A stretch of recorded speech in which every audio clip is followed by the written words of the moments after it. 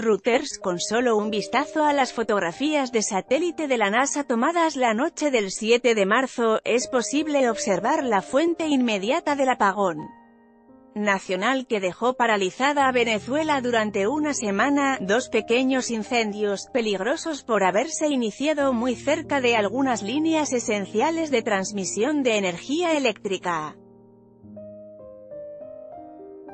Si la imagen se abre, es posible observar Caracas, la capital de Venezuela, sumida en total oscuridad. El lunes 25 de marzo, otro apagón volvió a oscurecer Caracas y otras 16 entidades.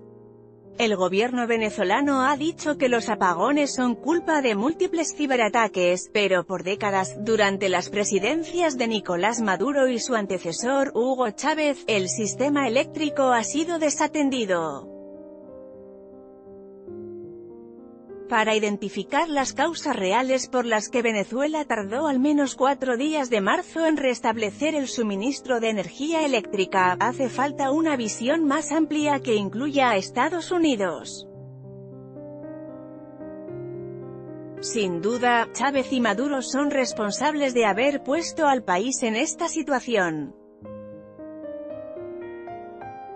No obstante, las sanciones económicas impuestas por el gobierno estadounidense han dejado al régimen de Maduro sin la capacidad de resolver la crisis eléctrica por su cuenta. Las causas del primer apagón ahora son muy claras.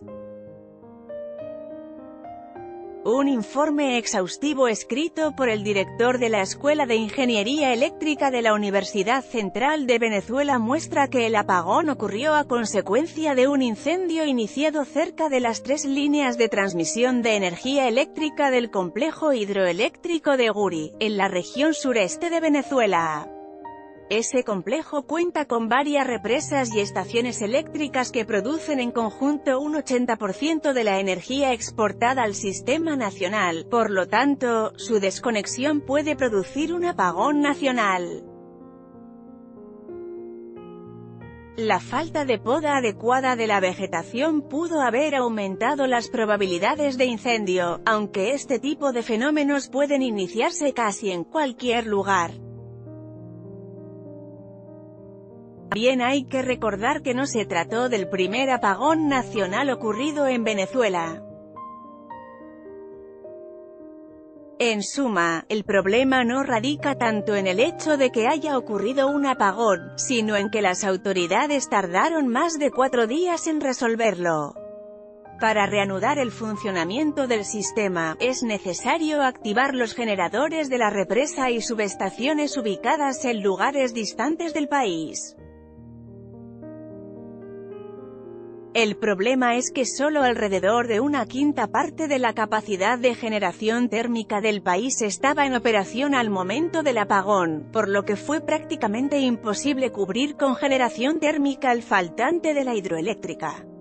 Al parecer, la falta de una fuente de energía alternativa y de trabajadores especializados, así como el deterioro del equipo y algunas deficiencias sencillas en la administración, se conjugaron para prolongar el apagón. Sin embargo, las sanciones económicas impuestas por Estados Unidos también han jugado un rol. En primer lugar, una de las razones por las que algunas de las plantas eléctricas no estaban en operación es la falta de combustible para su funcionamiento. Muchas de estas plantas utilizan diésel, que Venezuela importaba de Estados Unidos antes de que el gobierno de Donald Trump prohibiera su venta en enero. Así que no es ninguna sorpresa que muchas de las plantas térmicas del país que emplean diésel hayan estado inactivas un mes después. Peor aún, el enorme sector eléctrico de Venezuela depende en gran medida de partes y servicios obtenidos a través de empresas internacionales. General Electric, GE y Siemens fabrican la mayoría de los generadores eléctricos empleados en la industria petrolera de Venezuela y gran parte del equipo principal utilizado en las plantas hidroeléctricas del país. Las sanciones económicas impuestas por Estados Unidos a Venezuela, en agosto de 2017, dejaron al gobierno sin la capacidad de pagarle a estos proveedores extranjeros. Por lo tanto, el país se vio imposibilitado de mantener o reemplazar sus generadores eléctricos y comenzó a explotar más las fuentes hidroeléctricas del país, con el consiguiente aumento del riesgo de sobrecargar el sistema. La producción petrolera de Venezuela también se fue en picada. La tasa de disminución en la producción se disparó a más del triple tras las sanciones de 2017. Esta presión agravó la crisis de efectivo del gobierno. De cualquier forma, tampoco se puede concluir a la ligera que las sanciones hayan sido algo más que un factor secundario en las causas de los cortes masivos de electricidad que sufre Venezuela.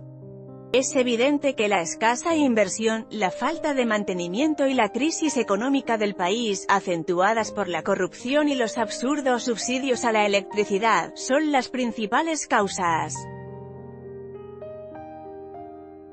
En este sentido, Chávez y Maduro sin duda son los principales responsables del derrumbe del sector eléctrico.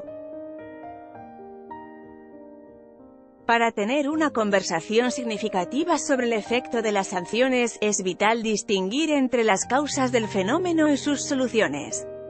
Si bien puede decirse que la responsabilidad por los apagones, en general, recae en Chávez y Maduro, es imposible resolverlo si no se eliminan las restricciones que le impiden al gobierno contratar a empresas extranjeras y pagarles para que se encarguen del mantenimiento y las reparaciones del sistema eléctrico del país. No solo Maduro sino también Juan Guaidó y Donald Trump controlan las palancas necesarias para resolver la crisis energética actual. Las sanciones estadounidenses más recientes a la industria petrolera venezolana les impiden legalmente a las empresas de Estados Unidos realizar negocios con la petrolera estatal de Venezuela. Al mismo tiempo, las empresas que no son estadounidenses están amenazadas de sanciones secundarias y hacen negocios con el régimen de Maduro. La mayoría de las cuentas bancarias de Venezuela en Estados Unidos y Europa se encuentran bloqueadas o bajo control de personas designadas por Guaidó, por lo que Maduro no puede utilizarlas para pagar los servicios de empresas que necesitaría contratar para mantener la red eléctrica del país y hacer las reparaciones necesarias. Si no se resuelve pronto el estancamiento político del país, la única opción para evitar que la crisis eléctrica continúe y se agrave será que las facciones políticas venezolanas rivales convengan en actuar de manera conjunta para aportar y manejar los recursos necesarios. Un primer paso podría ser que ambos bandos convengan en designar a una fuerza de trabajo independiente.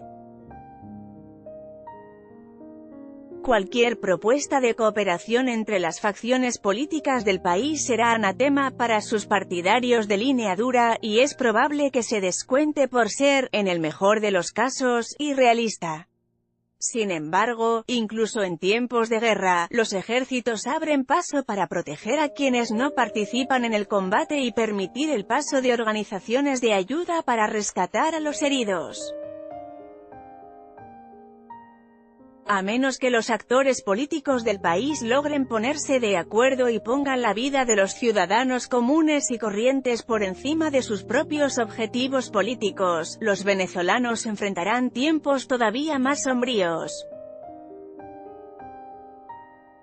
Francisco Rodríguez es economista jefe de Torino Economics y dirigió la Oficina de Asesoría Económica y Financiera de la Asamblea Nacional. Jorge Alejandro Rodríguez, ingeniero electricista, es ex vicepresidente de Generación y Transmisión de Energía en la empresa venezolana Cadafe. *Copyright C. 2019 New York Times News Service.